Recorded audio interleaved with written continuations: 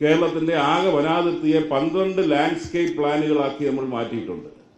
എന്നിട്ട് ഈ 100 ദിന പരിപാടിയുടെ ഭാഗമായി ഏറ്റവും ഹോട്ട്സ്പോട്ടായിട്ടുള്ളത് വ്യത്യസ്ത തലത്തിലുള്ള പ്രതിരോധ പ്രവർത്തനങ്ങൾക്കാണ് നമ്മൾ പ്ലാൻ ചെയ്തിരിക്കുന്നത്. ഏറ്റവും ഹോട്ട്സ്പോട്ടായിട്ടുള്ളത് വേണമെങ്കിൽ നിങ്ങളെ ഉച്ചയ്ക്ക് കാണാമോ, നമ്മുടെ എലിഫൻസ് അടക്കമുള്ള ഇത് കാണിച്ചു തരാം. കാരണം അവിടെ 3 ടയറായിട്ട്, ഉദാഹരണത്തിന് ഒരു കുട്ടമ്പുഴയോ കോടനാട്, കൊതമംഗല ആ ഭാഗത്തൊക്കെ വരുന്ന, അല്ലെങ്കിൽ വയനാടിന്റെ ഓരോ ഭാഗങ്ങളിൽ 3 ടയറായിട്ട് ചെയ്യും. ആദ്യത്തെ ഫസ്റ്റ് ലൈൻ ഓഫ് ഡിഫൻസ് എന്ന് പറയുന്നത് AI ടൂൾസ് ഉപയോഗിച്ചുകൊണ്ടുള്ള വെളിച്ചവും ശബ്ദവും കൊണ്ട് ഇതിനെ പ്രതിരോധിക്കുന്ന ആദ്യത്തെ ലൈൻ ഓഫ് ഡിഫൻസ് ഉണ്ടാകും.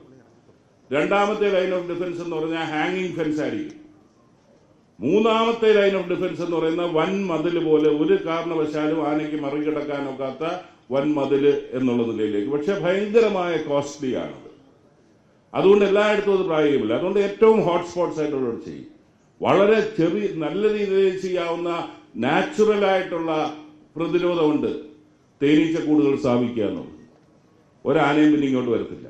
പക്ഷെ തേനീച്ചക്കൂട് വെക്കുമ്പോൾ അവിടെ മറ്റ് കരടി വരാനുള്ള സാധ്യതയുണ്ട്.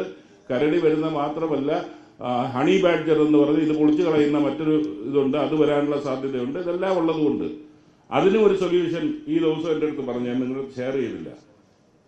കമ്പി കെട്ടിക്കൊണ്ട് തന്നെ അതിൽ തേനീച്ചക്കൂട് സ്ഥാപിച്ചു കഴിഞ്ഞാൽ ഒരു ചെറിയ ഡിസ്റ്റർബൻസ് വന്നാൽ ഈ തേനീച്ച എല്ലാം കൂടെ പുറത്തു വരും. നമ്മൾ രാത്രി ഉറങ്ങുന്ന സമയത്ത് ആന ഇറങ്ങിയാൽ എങ്ങനെയാണെന്നുള്ള ചോദിച്ചല്ലോ, അതിന് മറുപടിയാണ്. ഇത് ഇങ്ങനെ കമ്പി കെട്ടി അവിടെ ഇത് തൂക്കിക്കഴിഞ്ഞാൽ 10-25 തേനീച്ചക്കൂട് ഈ മേഖലയിൽ തൂക്കിക്കഴിഞ്ഞാൽ ഈ തേനീച്ച എല്ലാം കൂടെ പുറത്തു വരികയും ഒരിക്കൽ കളി കൊണ്ട് കഴിഞ്ഞാൽ പിന്നെ ആന ആ സ്ഥലത്തോട്ട് വരത്തില്ല. അന്നേരം ഇതെല്ലാം കൂടെ ചേർന്നുള്ള ഒരു ഇതാണ് ഞാൻ ഹോട്ട്സ്പോട്ടുകൾ അത് ഡിവൈഡ് ചെയ്ത്, റിസ്ക് ഫാക്ടർ വെച്ച് ഡിവൈഡ് ചെയ്ത്, മറ്റു ചിലടത്ത് സിംഗിൾ ലെയർ ആയിരിക്കും, ചിലടത്ത് തേനീച്ചക്കൂടായിരിക്കും, ചിലടത്ത് ടെറൈൻ അനുവദിക്കുന്നിടത്ത് ട്രെഞ്ചിങ് ആയിരിക്കും. ഇതെല്ലാം